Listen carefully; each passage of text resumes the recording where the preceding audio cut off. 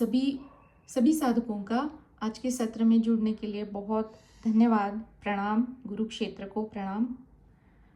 ओम पूर्णमदः पूर्णमिदं पूर्णात् पूर्णमुदच्यते पूर्णस्य पूर्णमादाय पूर्णमेवावशिष्यते। ओम शांति शांति शांति। हम लोगों ने पिछली बार दूसरा मंत्र चालू किया था, उसको मैं एक बार फिर से ग्रुप में डाल देती हूँ। आज उसी मंत्र का जो शेष जो अध्ययन का या फिर अभ्यास उसके ऊपर हम कर सकते हैं, उस दृष्टिकोण से हम देखते हैं कितना हम उसमें उसके गहरे तल पे उतर पाते हैं शब्दों के। तो दूसरा मंत्र है कर्माणि कुर्मन एव, मतलब कर्म करते करते ही, एव इह इह यानी इहलोकी, जिजीविषेत शतम समाहा।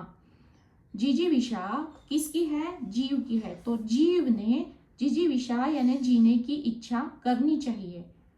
कितनी? 100 बरस की। 100 बरस जो देह रूपी हमारा जो साधन है उसको प्रारब्धवश 100 बरस की आयु मिली है। तो अगर वो कर्म करते रहेगा, कैसे कर्म, इसके बारे में हमने पिछले भी सत्र में देखा था।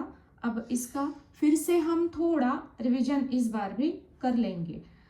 और ये कर्म कैसे करने हैं? दृष्टि को समाहा, सम दृष्टि रखते हुए। जैसे भगवान गीता में भी कहते हैं ना, सुख दुखे समी कृत्वा। अब ये जो सम है, जो बीच की सम है, क्योंकि द्वैत तो हमेशा बना ही रहेगा। जब तक हमारी अंतिम सांस है तब तक जीना मिथ्या जो है, इसी माया में ही जीना पड़ेगा। क्योंकि देह के बिना तो जीवन उसकी कोई हैसियत ही नहीं है, जीवन होगा ही नहीं। तो अगर द्वैत बना रहेगा तो द्वैत में सब कुछ तो रहेगा, सुख भी रहेगा, दुख भी रहेगा, अच्छा रहेगा, बुरा रहेगा। कभी हमें यश प्राप्त होगा, कभी हम अपयश से आहत भी हो जाएंगे। लेकिन अच्छा जब हो रहा है तो उछलना कूदना भी नहीं है, उसमें भी सम रहना है। और जो बुरा हो रहा है, अपयश मिल रहा है, कोई संकट आपत्ति विपत्ति है, तो उसमें भी विचलित होना नहीं है, या फिर वहां पे खुद के मन को दुखी ना होते हुए उसको हर स्थिति में समभाव में रहना है। जैसा गुरुदेव हमें बताते हैं कि जब हम अवलोकन करते हैं हमारी चित्त की वृत्तियों का, जब हम शुद्धिकरण करते हैं खुद का, तो देखते हैं कि हमारे चित्त में कौन कौन सी वृत्तियां चल रही है और कि सबसे ज्यादा प्रतिशत कौन सा है। तो आध्यात्मिकता के लिए जो है उसमें से अगर कोई बढ़ रहा है तो ठीक है, कोई बात नहीं, वो सत्व गुण की तरफ ही लेके जा रही है, ज्ञान की तरफ लेके जा रही है। लेकिन क्या कोई पशु वृत्ति ऐसी है या फिर कोई वृत्ति अहम की ऐसी है कि जो अनावश्यक होते हुए भी बढ़ी हुई है, तो सबको सम मात्रा में, क्योंकि उसको निशेष करना या फिर इसको शून्य पे लाना संभव ही नहीं है। तो सबको सम बनाए रखो। ये बहुत कम हो रहा है, अहम भी बहुत कम हो रहा है।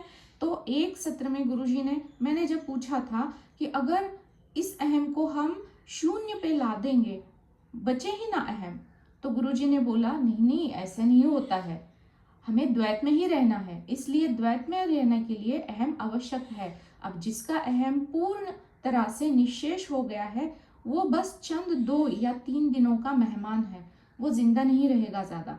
तो अगर जिसकी जिजीविषा अभी है, मतलब ठीक है, जितने सांस मुझे मिले हैं प्रारब्धवश, तो इतना जी के जाएंगे, कोई हानि नहीं है। हालांकि ये मिथ्या है, जो जीवन मिला है द्वैत में जी रहे हैं, ज्ञान मार्गी होकर हम समझ रहे हैं कि वो सब कुछ अद्वैत की पृष्ठभूमि पर घटित हो रहा है। तो जो दिख रहा है वो मिथ्या है।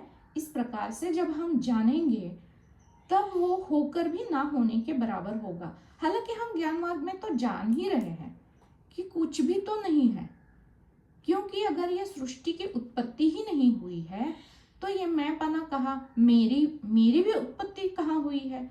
अगर इस देह की उत्पत्ति दिख रही है तो वो भी तो नश्वर है। तो देह से जुड़ा हुआ सब कुछ यहाँ पे नश्वर है। जो मेरा है, मेरी देह, मेरा घर, मेरे नाते संबंधी, मेरा कमाया हुआ नाम, इज्जत, पैसा, शोहरत, जो कुछ भी है सब कुछ नश्वर है। तो बचता क्या है? केवल मैं बचता है। और इस मैं की जो हम ज्ञान मार्ग से समझ रहे हैं कि एकता है ना, सब कुछ तो अद्वैत है, एकता है। जो जीव बन के यहाँ पे जीवित है वो असल में जीव नहीं है, वो ब्रह्म ही है, वो आत्मन है, वही अनुभव करता, वही अस्तित्व का तत्व है। तो बचा क्या? तत्व ही बचा। तो जब हमें अब द्वैत दिखाई दे रहा है तो उस द्वैत की कोई वहां पे अस्तित्व है भी या नहीं, तो हम ये भी जान रहे हैं कि वो है नहीं, लेकिन अनुभूति में तो आ रहा है। अगर हमें जीवन जीना है तो इसी द्वैत में सुख दुख भी आएंगे, ऊपर नीचे होगा, कभी अच्छा कभी बुरा लगेगा, लेकिन उससे अलग होके हर चीज की तरफ केवल देखना है हमें। केवल देखने से, जैसे मैं ना हिमांशु जी, आपका जब चल रहा था सत्र कल या परसों, तो मैं एक साइंटिफिक प्रयोग हुआ है कि देखने से क्या होता है। एक प्रयोग हुआ है कि ऐसे ही वहां पे एक वैक्यूम बनाया शास्त्रज्ञों ने, और वहां पे शीशी की डिब्बी में ऐसे ही कण बिखरे हुए थे, यहाँ वहां ऐसे ही घूम रहे थे। और फिर उन्होंने क्या किया, एक डीएनए का स्ट्रैंड उसमें डाल दिया। अब जैसे ही वो स्ट्रैंड उस खाली डिब्बी में डाला गया तो उस स्ट्रैंड के हिसाब से वो जो कण थे उन्होंने खुद को बिल्कुल वैसा ही, जैसे बिंब और प्रतिबिंब होता है उसका ही प्रतिरूप बना लिया वो कणों ने खुद को। ये कैसे हो गया? पहले तो कोई था नहीं। जैसे कोई पाठशाला है और पाठशाला में अगर टीचर सिखाने के लिए ना आए तो बच्चे कितनी उछल कूद करते हैं, बहुत शोर करते हैं, हल्ला गुल्ला करते हैं। लेकिन जैसे ही कोई शिक्षक आ जाते हैं पाठशाला में सिखाने के लिए तो अपने आप अपनी अपनी सीट पर बैठ जाते हैं ना। तो उसी प्रकार से ये जो कण है, पता नहीं उनको कैसे पता चल गया कि भाई कोई तो है, और वो कैसा है, तो उसी के जो रचना होती है, संरचना होती है, उसी संरचना के हिसाब से वो डीएनए के स्ट्रैंड जैसे उनकी रचना बन गई। ये साइंटिफिक, हम गूगल पे जाके इसको देख सकते हैं। तो ये प्रूव हुआ है कि कोई अगर दृष्टा है, देखने वाला है, तो इसके ऊपर ये भी हुआ है, एक वेव थ्योरी है और एक पार्टिकल थ्योरी है। जब दृष्टा है और नहीं है, दोनों स्थिति में जो प्रकाश के किरण है उनकी चाल अपने आप बदल जाती है। ये सारा आपको गूगल पे, इंटरनेट पे मिल जाएगा। तो दृष्टा भाव से क्या हो रहा है, सम स्थिति में समाहा, क्योंकि शतम समाहा, समाह के ऊपर हमारा चिंतन पिछली सत्र में नहीं हुआ था। तो ये सम होने की जो प्रक्रिया है ये केवल देखने से अपने आप हो जाती है। ये प्रकृति है, मतलब हम द्वैत में ही जी रहे हैं। आलोकिता जी ने पूछा है, अनित्य बोध का जागरण, अनित्य बोध का जागरण और समता भाव में स्थित रहना सही अर्थों में वही जीवन, शुद्ध जीवन है। जी बिल्कुल बिल्कुल। सुख आए नाचे नहीं, दुख आए मत रोए। जी बिल्कुल। आप इसमें अगर कोई जोड़ना चाह रही है तो आप माइक खोल के बोल सकती है आलोकिता जी। नहीं निशिगंधा जी, अभी आपकी धारा प्रवाह चला हुआ है, उसे बोलते रहिए, बहुत सुंदर है, चलते रहिए। नहीं आप, मैं थोड़ा सा कुछ बोलूंगी समता के। हाँ नहीं वही विषय चल रहा है ना, समाह के ऊपर ही चल रहा है, तो आप भी साझा कर दीजिएगा, कोई बात नहीं। जी अभी तो समाह, शतम समाह के ऊपर ही बात हो रही है ना, तो अगर आप आपके विचार साझा कर दे तो कोई बात नहीं, वो तो प्रवाह में ही आगे चलेगा। बहुत बढ़िया है आपके विचार, अगर आपके पास समय होगा तो आप बोल दीजिए। जी ठीक है। अब वैसे अच्छा नहीं लगता मुझे बीच में रोकना, मुझे उस पे कुछ लिखने के लिए आया तो मैंने लिखा था। जो आज का आपका विषय है ना, ये जीवन को समता में देखना। मैंने वो विपස්සना किया है, वहाँ इतना सुंदर ढंग से इसको विवरण किया जाता है।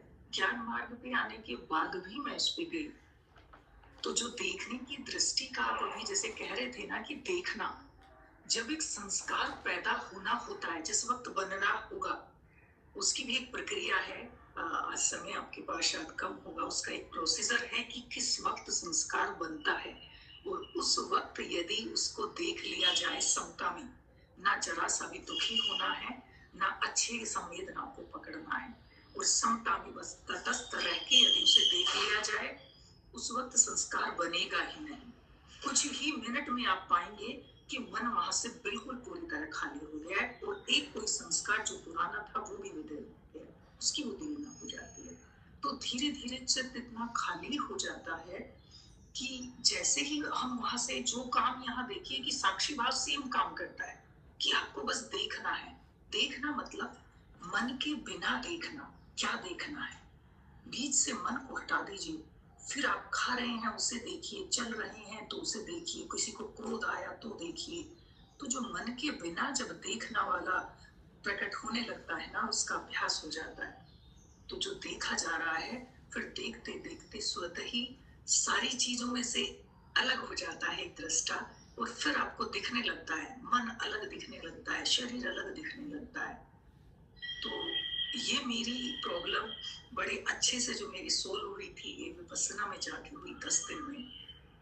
चित्त इतना खाली 10 दिन में हो जाता है जितना शायद साक्षी भाव की जो साधना है 2.5-3 महीने में जाके जो काम करेगी, वो वहां 10 दिन में कर दिया उसने मेरे लिए। सबके लिए तो मैं नहीं कह सकती, सबका चित्त स्तर अलग है, शुद्धियां अलग है, मेरा अलग था शायद कुछ।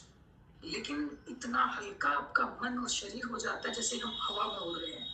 एक बहुत भारी बोझ जो कब से जमा था हृदय में, वो एकदम खाली होता है।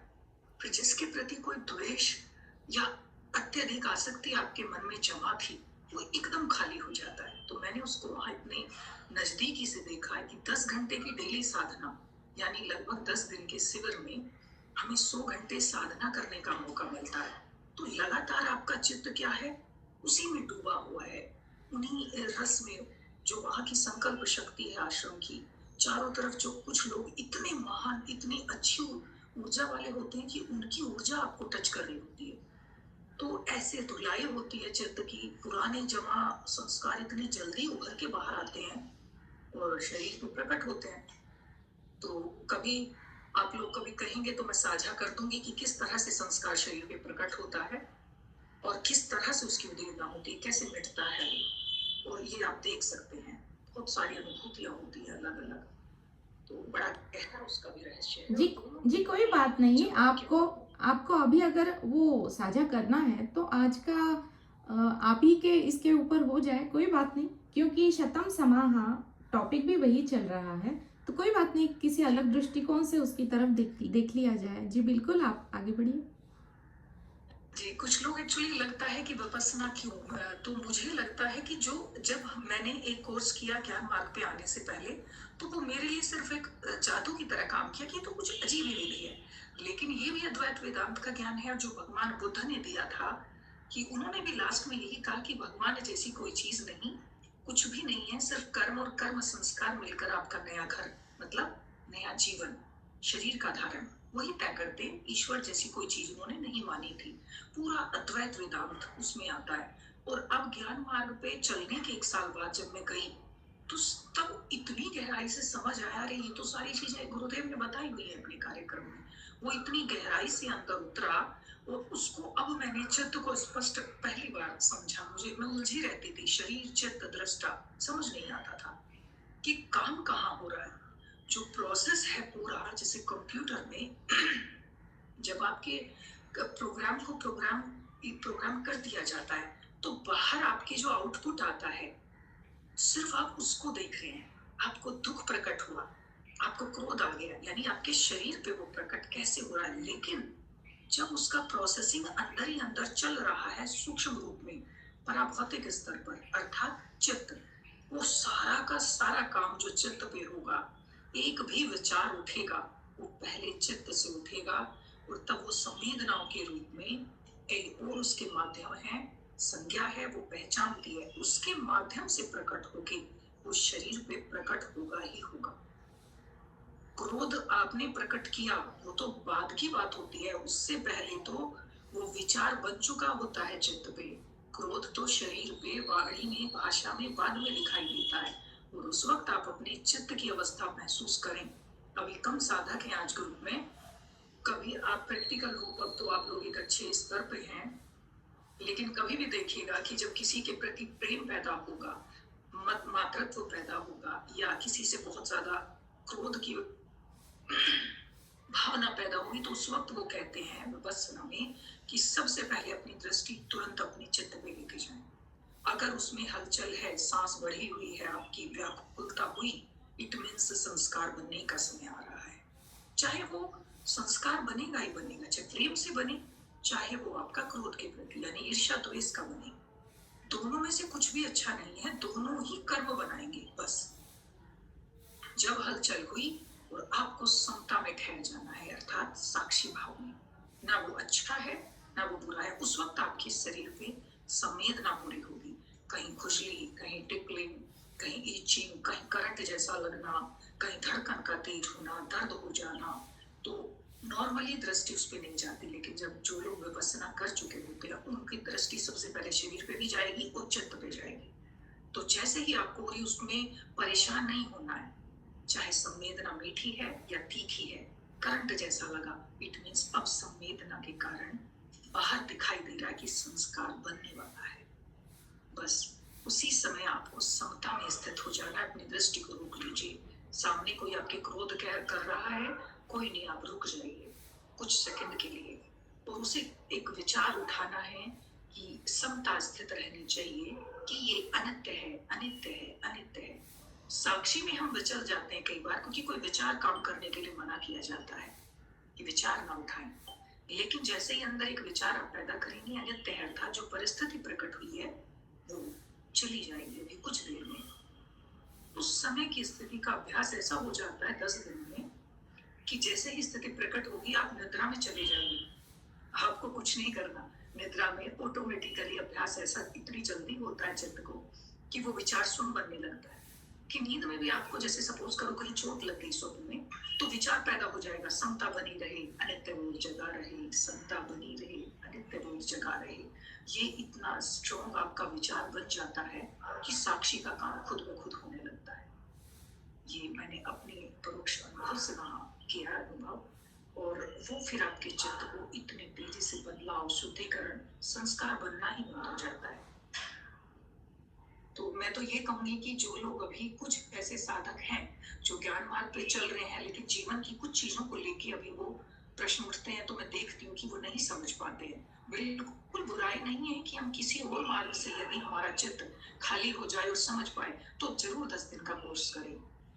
क्योंकि इस ग्रस्त जीवन में आप देखेंगे कि चाहे हम कितने भी ग्रस्त में रह रहे हैं, कितने भी महान अपने आप को कहें, सही हो गए, हम स्थिति में हैं, परिस्थितियां ऐसी ऐसी पैदा हो जाती है कि मन में विचलन आता है, परेशानी आती है।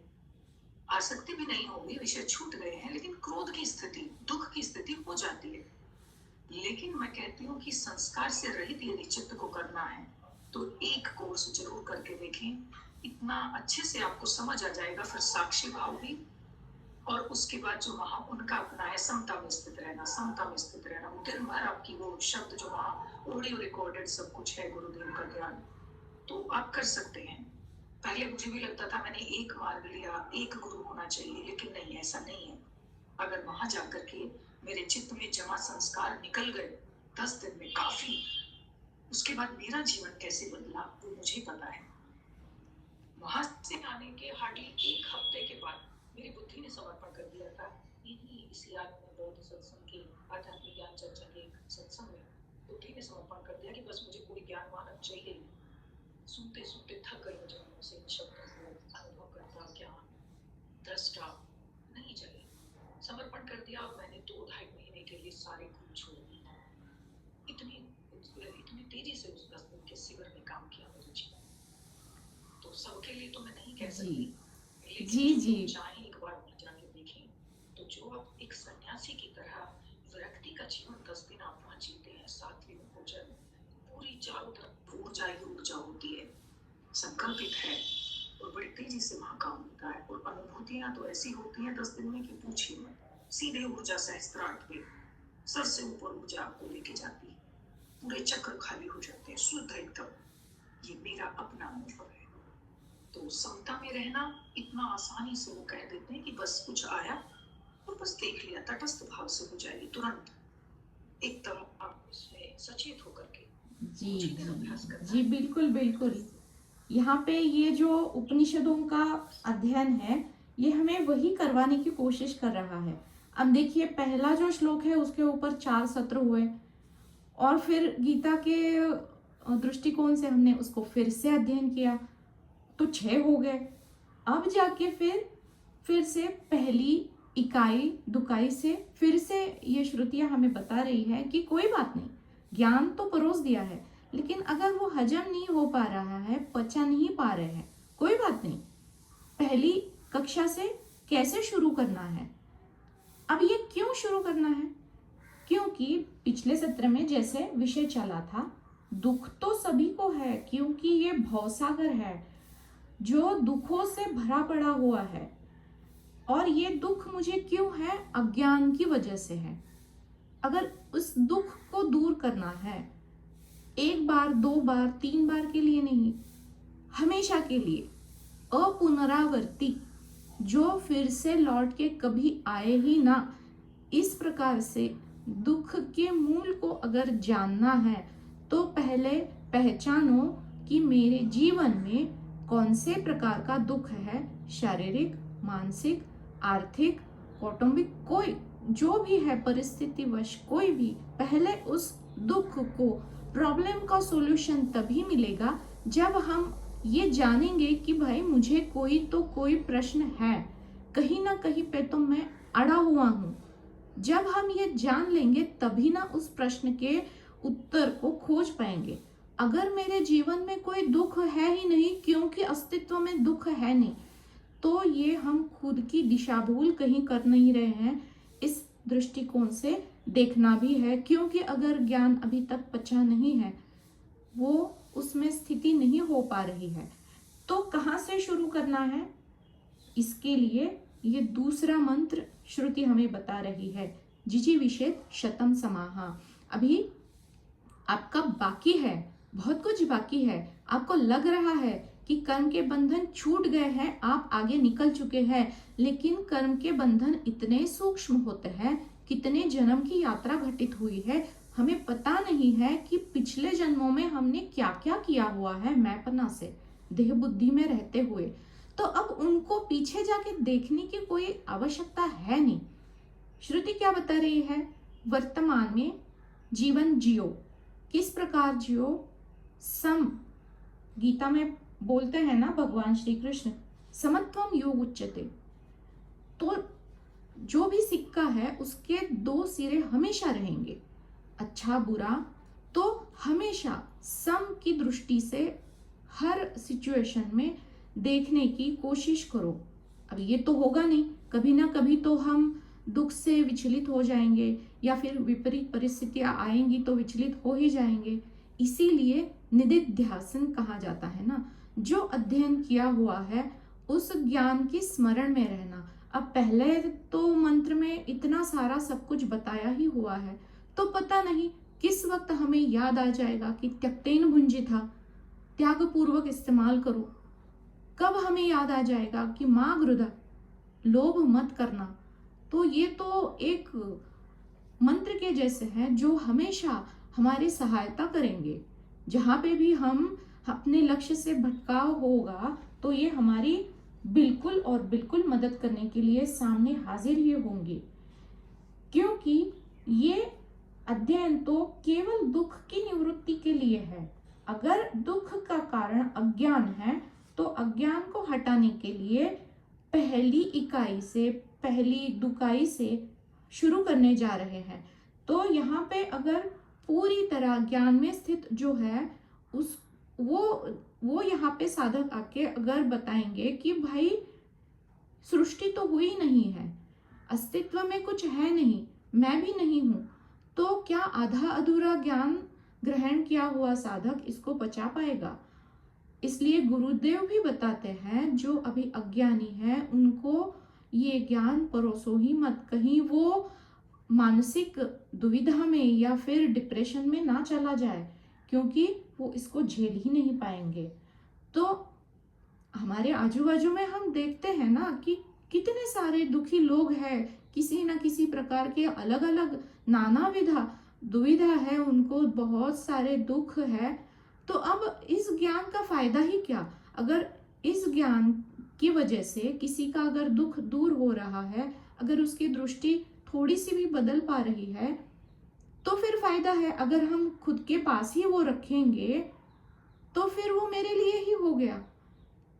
तो ज्ञान क्या, मैं ही सब कुछ हूं। अगर मैं इस दूसरे जीव की तड़पन या उसका दुख दर्द ना समझ पा रही हूँ या ना समझ पा रहा हूँ, उसको दूर करने के लिए जितना बन पाए मेरी क्षमता में जो है, अगर मेरी क्षमता में आधा ही करना है या फिर एक ही करना है तो 100 दुख उसका, तो जितना बन पाए तो उतना, अगर मैं 1% भी सहायकारी हो पाऊं तो उतना तो बनता है, उतना तो करना चाहिए। वरना फिर हम ले ही रहे हैं गुरुक्षेत्र से, और फिर वो दे नहीं रहे हैं किसी को, तो वो थम सा जाएगा।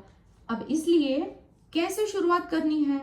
अब हम अगर ज्ञान मार्गी साधक है, हालांकि ज्ञान में स्थित हो भी गए हैं, बहुत सारे साधक स्थित भी हो गए हैं, लेकिन कभी कभी भटकाव भी हो जाता है, निचले स्तर पे आ जाते हैं। तो कहाँ से शुरू करना है और किसी और को भी कहाँ से शुरू करना है, ये कैसे बताएंगे? ये सब ये दूसरा मंत्र हमें बता रहा है। ज्ञान की प्राप्ति के लिए और जो भी अज्ञान है वो कैसे दिखाई पड़ेगा, तो श्रुति बता रही है, कर्म करते रहो और करते ही रहो। क्योंकि पिछले जन्मों में जो कर्म घटित हुए हैं वो एक दिशा में घटित हुए हैं। अब जिस दिशा में घटित हुए हैं उसी दिशा में आप उसको खींचेंगे तो वो बंधन अधिक दृढ़ हो जाएंगे। इसलिए ये जानना भी है कि उसको उल्टी दिशा में अनुभव करना है। इसलिए अगर दर्द किसी को पिछले जन्म में दिया है तो उसी प्रकार का दर्द यहाँ पे हम अनुभव करने के लिए आए हैं। अच्छा किया है तो अच्छी भी अनुभूति को अनुभव करके, मैं अनुभव करने वाला नहीं, लेकिन ये देह उसकी अनुभूति करेगा और वो निशेष हो जाएगा। हमेशा, कभी देर नहीं हुई है। अगर अभी सांस बाकी है तो अभी बहुत देर नहीं हुई है, अभी वक्त है। 100 बरस की आयु बता रही है ना श्रुति, तो 100 बरस बहुत लंबी है। इसमें कितने सारे हमें बार बार ये मौका मिल रहा है, जो भी है उसको निश्शेष करने का। और यंत्र मिला है, देह रूपी साधन मिला है, वो ना जंग पकड़ ले, वो अंतिम सांस तक हमें स्वास्थ्य पूर्ण रहते हुए हमारा साथ निभाए। इसके लिए श्रुति बता रही है, कर्माणि कुर्वन् एव, कर्म करते करते ही ये जीवन जियो। इहलोकी यानी इस मृत्यु लोक में बस कर्म करते रहना, यही एक तुम्हारे ज्ञान में स्थित होने का उचित मार्ग है। अब यहाँ पे कर्म के ऊपर की ये श्रुति है। कर्म के बाद, ये कर्म की जब मंत्र समाप्त हो जाएंगे तो उसके बाद उपासना। अब उपासना के जो मंत्र हैं और कर्म के हैं, ये सारे चित्त की शुद्धि के लिए आवश्यक है। जब ये शुद्धि अच्छी तरीके से हो जाती है तो ज्ञान अपने आप पच जाता है। पचाने के लिए हमें कोई यत्न करना ही नहीं पड़ता। अगर वो पहले ही मिला हुआ है, पहले मंत्र को कितनी बढ़िया ढंग से हमने समझने की कोशिश की है, वो सारा अपने आप सोख लिया जाएगा, क्योंकि अंदर बाहर का भेद ही मिट जाएगा। तो जो बाहर है वो अंदर अपने आप उतर आएगा। लेकिन उसके लिए ये कर्म और उपासना, और कितने सारे साधक ऐसे हैं कि जो ज्ञान में स्थित होने के बाद भी कर्म और उपासना करते रहते हैं। गीता में भगवान श्री कृष्ण बताते हैं कि मैं तो कर्मातीत हूँ, मैं अकर्ता हूँ, मैं कर्मों से परे हूँ, लेकिन फिर भी मैं कर्म में बरत रहा हूँ। क्यों बरत रहा हूँ? क्योंकि वो, मतलब अब वो तो पूरी दुनिया को एक अंगुली निर्देश जैसे करते हैं, तो वो दिशा दिखाने के लिए मैं कर्म कर रहा हूँ। अगर लोग मुझे भगवान मानते हैं और मैं कर्म करूँ ही ना, तो वो समझ जाएंगे कि जैसे भगवान है वैसे ही हम है ना, तो हम भी क्यों कर्म करें। और अगर वो ना कर्म करेंगे तो इनका ये जो जन्म लेने का जो हेतु है वही सफल नहीं होगा। इसलिए मैं कर्मातीत होते हुए भी कर्म में बरत रहा हूँ। अगर भगवान श्री कृष्ण ज्ञानी होते हुए कर्म के महत्व को समझ पा रहे हैं, तो हम क्यों, ठीक है हम समझ पा रहे हैं कि अकर्ता भाव में रहना है, लेकिन क्या हम हाथ और पांव मिले हैं तो कर्म ना करें? बिल्कुल करने हैं, और वो हमारी शुद्धि के लिए हमेशा साथ ही देंगे, बल ही बढ़ाएंगे शुद्धि का। तो जो आवश्यक है, जो सहायकारी है, उसका बिल्कुल उपयोग करना चाहिए। उसको निकम्मा समझ के त्यागना भी नहीं चाहिए। ये एक दृष्टिकोण हो गया। अब दूसरा दृष्टिकोण ऐसा भी है कि जैसे गुरुदेव ने बहुत सारे सत्संगों में बताया है कि ज्ञान होने के बाद ज्ञानी के लिए कोई माया के नियम उसको बाधित नहीं करते। अगर कोई ज्ञानी मौन में चला जाए तो चले भी जाते हैं। कोई ज्ञानी किसी हिमालय की गुफा में जाके अपनी साधना में स्थित होके रह जाता है, उनको खाने पीने की भी कोई आवश्यकता नहीं रहती। वो अपनी साधना में, योग में स्थित हजारों वर्ष ऐसे ही रहते हैं। लेकिन क्या एक सामान्य गृहस्थी जीवन बिताते हुए ज्ञान हो गया है, कोई बात नहीं, लेकिन क्या हम बिना खाए पिए रह सकते हैं? नहीं रह सकते, क्योंकि हमें गृहस्थी भी चलानी है। तो हमें कर्म करना ही होगा, जो हमारा स्वधर्म है उसको निभाना ही होगा। अब यहाँ पे श्रुति हमें बता रही है कि कुर्वन् एव कर्माणि, ये जो है यहाँ पे न अन्यथा, एवं त्वयि, हाँ यही एवं यानी यह, त्वयि तुम्हारे लिए, मार्ग है, उचित मार्ग है, न अन्यथा अस्ति, न यानी है ही नहीं, क्या नहीं है, अन्यथा दूसरा कोई मार्ग उपलब्ध है ही नहीं। मतलब कोई पर्याय उपलब्ध ही नहीं है कि मैं कर्म ना करूं। अगर सांसें अभी बची है और अगर तुम्हारे भीतर ज्ञान होने के बाद इतनी विरक्ति भी नहीं आई है कि सब छोड़ छाड़ के संन्यास लेके मैं कहीं गुफा में जाके बैठूंगा, ना खाए पिए मैं सौ क्या हजारों साल वहां पे तपस्या करके बैठूंगा, अगर ये अंदर से प्रारब्धवश ही वो, ये संतों के अंदर वो प्रेरणा होती है, अगर वो प्रारब्ध हमारा नहीं है तो कर्म करना है। दूसरा कोई न अन्यथा अस्ति, दूसरा कोई मार्ग उपलब्ध ही नहीं है। हालांकि मैं जान रहा हूं कि मैं अकर्ता हूं, लेकिन देह अकर्ता नहीं है, देह परावलंबी है, देह सृष्टि पे ही पला बड़ा है। उसकी देह की पुष्टि, उसका रक्षण करने के लिए मुझे खाना, पानी पीना, जो खाया है उसको पचाना, मलमूत्र को त्याग करना, सांस को अंदर लेना, बाहर छोड़ना, ये सारी क्रियाएं करते रहना बहुत आवश्यक है। वरना ये देह रूपी जो यंत्र मुझे मिला है ज्ञान प्राप्ति के लिए, वो कार्य ही नहीं करेगा। जैसे हमने पिछली बार देखा था, पिछले सत्र में, इस यंत्र का उपयोग हमें कैसे करना है? योग्य मात्रा में। अब योग्य मात्रा में यानी क्या? जो सम में रहते हुए, ना बहुत अधिक ना बहुत कम। बहुत अधिक मात्रा में अगर इसका हम इस्तेमाल कर लेंगे तो ये बहुत जल्द क्षतिग्रस्त हो जाएगा। वेयर एंड टेयर जैसे यंत्र का होता है, घिसन होती है, थकावट होता है, बहुत जल्दी वो घिसकर उसका क्षय हो जाता है। तो ये जो यंत्र होते हैं, बाहरी जो यंत्र होते हैं इंजीनियरिंग के वगैरह, इसका कोई पार्ट हमें मिल जाता है, वो हम बदल डालते हैं। लेकिन ये जो देह मिली है, इसको रिप्लेस करने के बाद उसकी क्षमता बहुत कम हो जाती है। हालांकि ऑर्गन रिप्लेसमेंट की थेरेपी है, लेकिन उसमें बहुत कष्ट भी है, बहुत दुख भी झेलना पड़ता है जीव को। तो जो मिला है उसी को संभाल के रखते हुए 100 बरस तक अगर स्वास्थ्यपूर्ण सही तरीके से जीते रहकर ज्ञान में स्थित होते हुए ज्ञान को बांटते चलने की एक इच्छा बनी हुई है, तो ना अधिक और ना कम, अगर कम इस्तेमाल करेंगे इस देह का, कोई कार्य करेंगे ही ना, तो ये यंत्र है, ये जंग पकड़ लेगा। तो अब अगर जन्म हुआ है तो एक मौका मिला है, वो भी छूट गया तो अभी और दूसरा भी दिन है और दूसरा साल है। तो जितने भी कर्म के बंधन हैं वो यहीं पे अभी आज ही, यही जन्म मेरा वर्तमान है, इसको समझ के इन सब बंधनों से अगर हम छूट जाएंगे तो फिर से जन्म लेने की कोई आवश्यकता ही ना पड़ेगी। अब ये बंधन कैसे छूटेंगे? तो श्रुति बता रही है, कर्म करते करते ही कुर्वन् एव कर्माणि। ये कर्म हमें उल्टी दिशा में करने हैं। जैसे दुख दिया है अब झेलो, किसी की सेवा की है अब ले लो, मैं पना से नहीं, वो देह की सेवा है आपकी नहीं, आप तो सबसे विरक्त अलग है ना, आप तो असंग है, नित्य चैतन्य साक्षी है, साक्षी भाव में रहते हुए। प्रेम किसी को दिया है अब प्रेम को महसूस करो, पालो प्रेम को।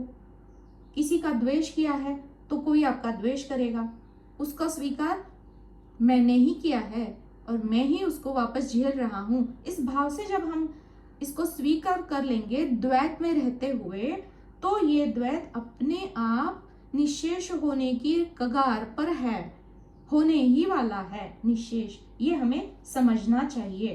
अब कर्म और ज्ञान का बिल्कुल विरोध है, क्योंकि कर्म हम किसी कामना की वजह से करते हैं। कोई कामना है, माया में कोई ना कोई इच्छा है, तभी तो कर्म होता है। क्योंकि गृहस्थी चलानी है तो पैसा चाहिए, इसके लिए हम नौकरी करते हैं। महिला घर पे खाना पकाती है तो भूख को मिटाने के लिए, शमन करने के लिए वो खाना बनाती है, तो कोई ना कोई तो हेतु है, वरना कोई कर्म होगा ही नहीं। लेकिन ज्ञान में वो तो अकर्ता है ना, उसमें कोई कर्म ही नहीं है। इसलिए ये जो कर्म मार्ग है वो आपको ज्ञान डायरेक्टली या फिर प्रत्यक्ष रूप से आपको ज्ञान नहीं देगा, लेकिन ये कर्म मार्ग आपकी शुद्धि के लिए बहुत आवश्यक है, सहायकारी है, जो आपको बाद में उपासना की तरफ लेके जाएगा और ये उपासना मार्ग आपको ज्ञान की तरफ लेके जाएगा। ये भी समझना है कि कर्म को हमारा लक्ष्य नहीं बनाना है, कर्म हमारे लक्ष्य को पाने के लिए मात्र एक साधन है, ये भी समझना है। और कर्म करते करते ही ये समझते हुए कर्म करना है और फिर से कर्म में फंसना नहीं है। अगर इस कारण और प्रभाव को, माया में जो भी घटित होता है, तो वो कोई ना कोई तो कारण है जो बीज रूपी बहुत ही सूक्ष्म है, जो दिखता भी नहीं है, महसूस नहीं होता, इतना सूक्ष्म बीज है। अब जब कोई भी बीज वृक्ष में अंकुरित हो जाता है तो बीज तो नष्ट हो जाता है ना, परावर्तित हो जाता है, उसमें रासायनिक प्रक्रिया हो जाती है, अब वो बीज बचा ही नहीं, वो निशेष हो गया और अब वृक्ष दिख रहा है। अब अगर ये बीज निशेष करना है और उसका बाद में कोई प्रभाव हमें चाहिए भी नहीं, तो ये बीज क्या है, उस बीज को मूलतः उसके मूल में जाके उसको नष्ट करना होगा। ये काम ज्ञान ही करेगा। लेकिन ज्ञान को समझकर उसको श्रवण करने के बाद कर्म कैसे करना है, तो फल की अपेक्षा के बिना और कोई कामना रखे बिना, क्योंकि कर्म तो किसी कामना से होता है या फिर किसी फल की अपेक्षा से होता है, वरना कोई कर्म तो होगा नहीं। लेकिन कर्म तो करना है, श्रुति तो बता रही है ना, कर्माणि कुर्वन् एव। वो करते करते ही इह लोकी, इस जन्म में आपको जीना है, अच्छी तरह से जीना है, स्वास्थ्यपूर्ण जीना है। कैसे स्वास्थ्यपूर्ण? इतना भी जीना नहीं है कि भाई मेरे हाथ पांव काम ही नहीं कर रहे हैं, बेड पे सोया हुआ है पेशेंट की तरह। ऐसे जीने में क्या कोई मजा है? वो जीवन तो तब तक ही बढ़िया है जब तक हाथ पैर हिल रहे हैं, यहाँ वहां हम घूम रहे हैं, कुछ ना कुछ कार्य कर रहे हैं, तो अंतिम क्षण तक कार्यशील रहना है। तो आज अभी क्रियाशील रहो और ऐसे ही स्थूल बैठे ही ना रहो, कार्यप्रवण रहो, ये श्रुति बता रही है। मतलब यहाँ पे सिखाने की कोशिश कर रही है, क्योंकि कर्म और ज्ञान का कोई भी एक दिशा में जाने वाले ये दो चीजें है नहीं। कर्म यानी माया में घटित होने वाली चीजें है, जो कोई भी कर्म अविद्या की तरफ ही ले जाएगा। वो विद्या यानी जो पहले श्रेणी की जो विद्या है यानी ज्ञान है, वहां तक ले जाने की क्षमता कर्म में है नहीं। लेकिन कर्म को बाध करना है तो कर्म को निभाना ही होगा उल्टी दिशा में, क्योंकि आत्मा में तो द्वैत है ही नहीं। ज्ञान तो एकता है ना, उसमें कोई भेद है नहीं वहां पे। और जब हम कर्म करते हैं तो भेद है, कामना है या फिर फल की अपेक्षा है, तो फल और फल को करने वाला, या फिर किसी कामना की वजह से और फिर कर्म, या फिर कर्म, कर्ता और क्रियापद, ये त्रिपुटी है। और यही सारी अविद्या की जड़ है, और ये अविद्या ही सारे दुख का मूल है। तो इसको जब हम समझ के द्वैत में रहते रहते ही सारे जड़ को खत्म करने की दृष्टिकोण से जब कर्म घटित होते हैं, तो ये कर्म मार्ग ही हमें पक्का करवाता है ज्ञान की अवस्था में स्थित होने के लिए, हमारे निधिध्यासन में। जैसे पिछली बार हमने इस सत्र को समाप्त करते करते देखा था कि जैसी करनी वैसे भरनी। अगर भौतिकता की अपेक्षा से कर्म हुआ है तो भौतिकता की ही प्राप्ति होगी, और अपनी करनी पार उतरनी। इस भौतिकता को पार करना है, ब्रह्मत्व या आत्मा की प्राप्ति करनी है, तो वो भी अपनी ही करनी है। अगर हर कर्म को करते वक्त मुझे खुद की ही प्राप्ति करनी है, जो मेरा जो स्वरूप है उस स्वरूप में स्थित होने के लिए जो आवश्यक है वही कर्म ये नियति मुझसे करवा रही है, वो अपने आप घटित हो रहे हैं। इस भाव से हमेशा 24 घंटे जितना भी समय हम जागृत है उसमें जब हम कार्य प्रवण रहेंगे, तो ये कर्म मार्ग ही हमें जो मेरा स्वरूप है उसमें स्थित होने के लिए, मेरे जो श्रवण हुआ है उसके निधिध्यासन में मेरी सहायकारी भूमिका निभाएगा, मुझे हमेशा मददगार साबित होगा। अब निर्णय तो अपना अपना है। तो हमने पिछली बार ये श्लोक भी देखा था, द्वाविमौ पुरुषौ लोके क्षरश्चाक्षर एव च क्षरः सर्वाणि भूतानि कूटस्थः अक्षर उच्यते। जो कूटस्थ है वो अक्षर है, वो असंग है, वो साक्षी है, जो मैं हूं। इसलिए भ्रुकुटी पे ध्यान करने के लिए ध्यान मार्गी बताते हैं। वो ध्यान यहाँ पे क्यों?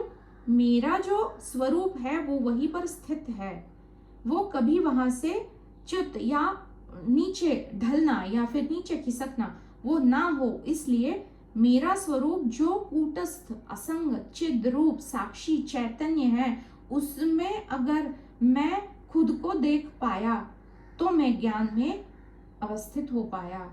तो जो श्रवण हुआ है उसको मैं उतार पाया, वो निधिध्यासन में रहकर ही हो पाएगा। मैं मेरे स्वरूप में स्थित कब हो पाऊंगा? जब मैं क्षर और अक्षर को जान लूंगा। ये कूटस्थ जो है वो अक्षर है, लेकिन क्षर क्या है? जो भी दिख रहा है वो क्षर है। जो मेरी देह है, देह से संबंधित जो भी है वो सारा क्षर है। लेकिन इस क्षर या द्वैत में रहकर ही कर्म मार्ग को निभा कर ही, कर्म मार्ग को कैसे निभाते हैं? प्रवृत्ति मार्ग से, यानी जो भी मिला है उसका इस्तेमाल करना है, उसका आवश्यक मात्रा में भोग या उपभोग करना है, और फिर बाद में ये कर्म मार्ग आपको ज्ञान की तरफ ही लेके जाएगा। और जो दूसरा मार्ग है वो शास्त्र में ऐसा भी बताते हैं कि बहुत कम ऐसा होता है कि गृहस्थी जीवन में रहते रहते, क्योंकि जीवन तो एक स्ट्रेट लाइन है नहीं, ऊपर और नीचे यही द्वैत है। गृहस्थी के लिए ये द्वैत हमेशा बनाए रहेगा, ऊपर और नीचे की स्थिति हमेशा बनी रहेगी। वो कितना भी ज्ञान में स्थित हो जाए उसको नीचे खींचने के लिए माया बनी हुई है वहां पे।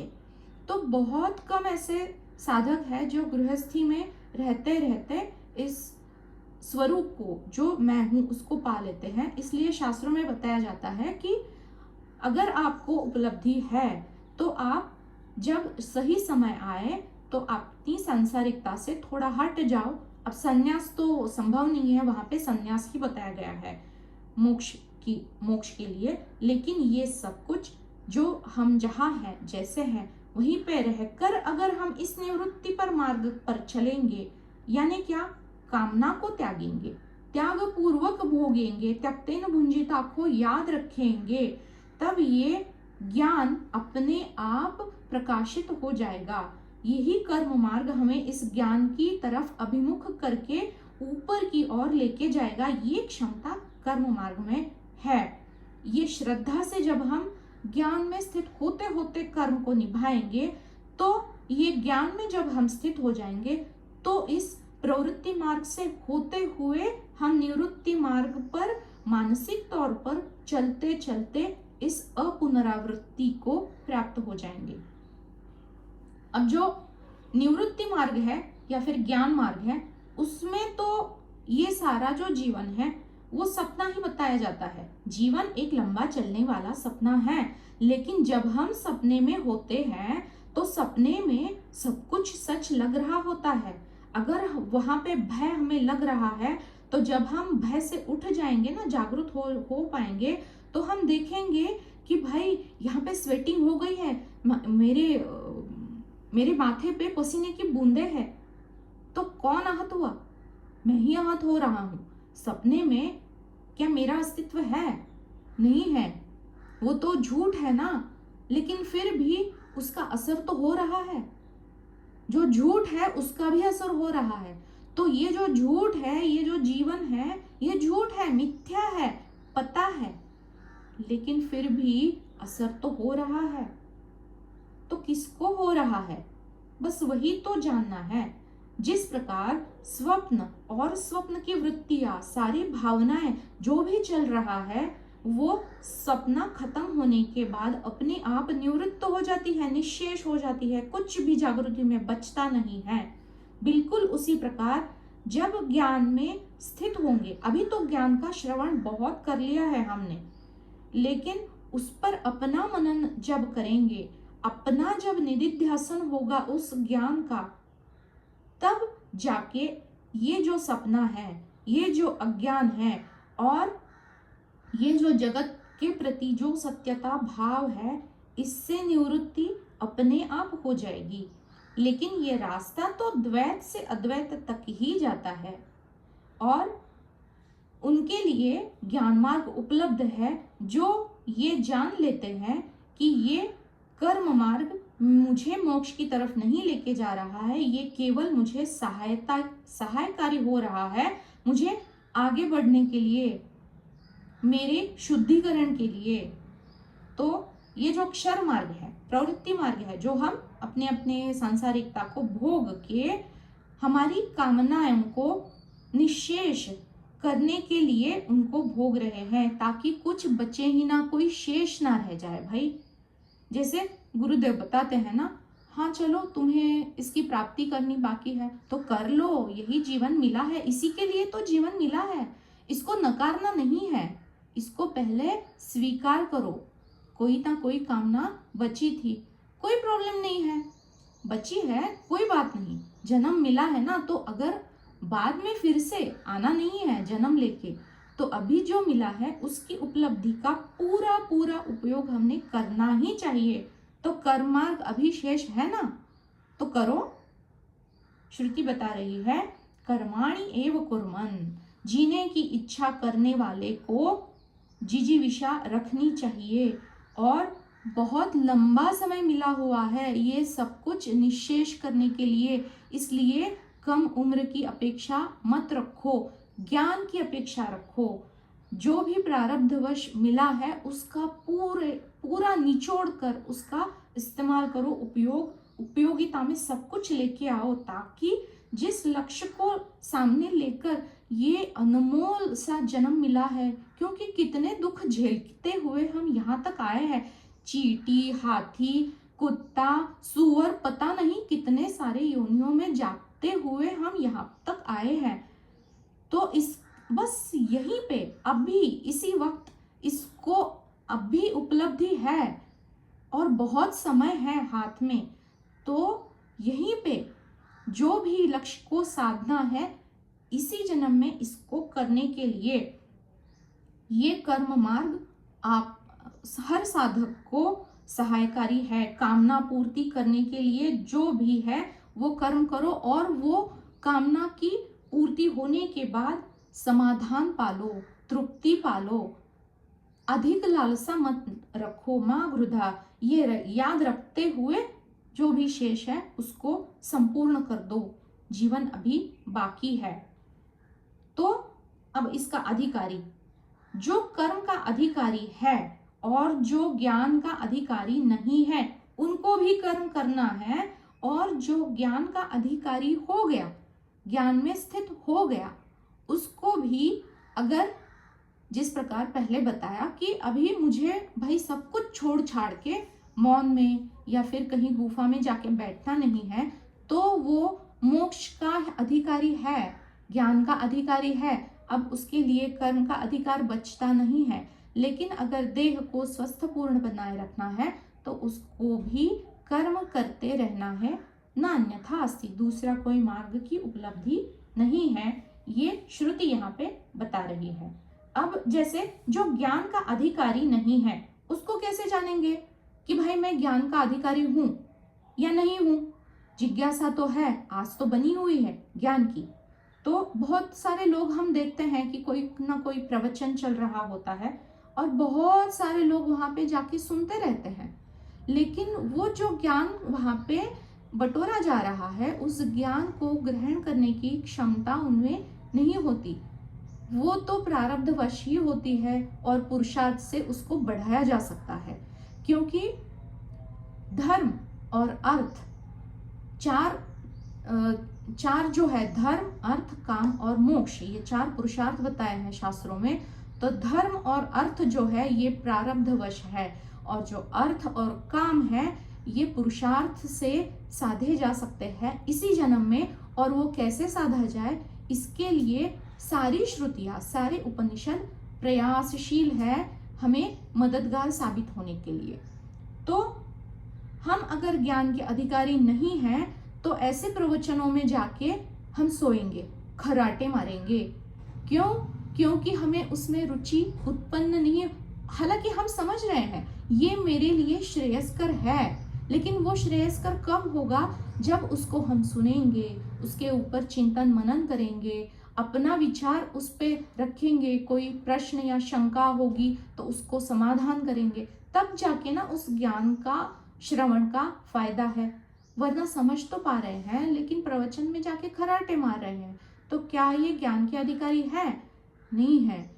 ठीक है, लेकिन आस्था बनी हुई है तो उनके लिए ज्ञान मार्ग है नहीं, उनके लिए दूसरा मार्ग है। और जहाँ पे साधक है, अगर कोई पहली पायदान पे है तो वहीं पे मोक्ष उसके लिए उपलब्ध है, उसके लिए मार्ग अलग है। अगर कोई भक्ति मार्गी है तो भक्ति मार्ग से कितने सारे संतों ने इस मोक्ष और मुक्ति को प्राप्त किया है, क्योंकि वहां पे भगवान खुद अब अवतरित हो जाते हैं। और बहुत सारे उदाहरण ऐसे भी हैं भक्ति मार्ग के, और उनको मुक्ति मिली है, ऐसे बहुत सारे प्रमाण उपलब्ध है। तो केवल ज्ञान मार्गी ही श्रेष्ठ है और बाकी सारे नीच है या कनिष्ठ है या कम स्तर के, ऐसे हमें समझना भी चाहिए, हम नहीं चाहिए। क्योंकि हर एक का अपना अपना जीवन है, अपने अपने संस्कार और स्मृतियां हैं, और हर एक की अपनी यात्रा है। तो जहाँ पे हम हैं वहाँ पे अगर हम मोक्ष की कामना रखते हैं, उसके लिए प्रयत्नशील रहते हैं, तो उसके लिए जो जहाँ से है वहीं से अपने आप मार्ग प्रशस्त हो जाता है। और गुरु क्षेत्र उसकी सहायता करने के लिए, पहले परीक्षाएं होती है, बहुत सारी परीक्षाएं होंगी, अगर हम उस परीक्षाओं में पास हो गए तो अपने आप वो मार्ग बन जाता है हमारे लिए अपने आप प्रगति की ओर, ये जीव बढ़ लेता है। लेकिन जो ज्ञान के अधिकारी नहीं है उनके लिए कर्म मार्ग ही केवल एक मार्ग है जो प्रगति की तरफ लेके जाएगा। अब ज्ञान का अधिकारी कौन है ये भी तो जान लेना चाहिए। हम ज्ञान मार्गी है, लेकिन क्या हमारी सारी कामनाएं तृप्त हो गई है या कोई अभी कुछ न कुछ कहीं ना कहीं पे शेष बचा हुआ है? क्या कोई ईर्ष्या अभी बची है? जैसे बड़ी बड़ी 3 ईषणाएं बताई जाती है, वित्तेषणा, लोकेषणा और एक ईषा मैं भूल रही हूँ। तो ये 3 ईषणाएं बताई जाती है, क्या कोई बची तो नहीं है? ये तो खुद ही अवलोकन हमें करना होगा। और जो मेरा स्वरूप है उसमें हम क्या पूरे पूरे उतर पा रहे हैं, उस स्वरूप में स्थित हो पा रहे हैं? क्या मैं पूरी तरह संतुष्ट हूँ जो जीवन मुझे मिला है? मुझे अगर कोई भी दुख नहीं है तो पक्का मैं ज्ञान का अधिकारी हूं, मैं ज्ञान में स्थित हूं, ये समझ लेना चाहिए। अब अगर वो जो ज्ञान में स्थित नहीं है या कहीं साक्षी भाव भुला दिया जाता है, फिर माया में रहा जाता है या फिर व्यावहारिकता में फंसा जा रहा है, तो कर्म भी आवश्यक है। कर्म को छोड़ के तो जी नहीं पाएंगे। तो कर्म कैसे होते हैं इसको भी तो समझ लेना चाहिए। कर्म होते हैं गुणों के हिसाब से। गुण त्रिगुण है, सत्व गुण, रजोगुण और तमोगुण।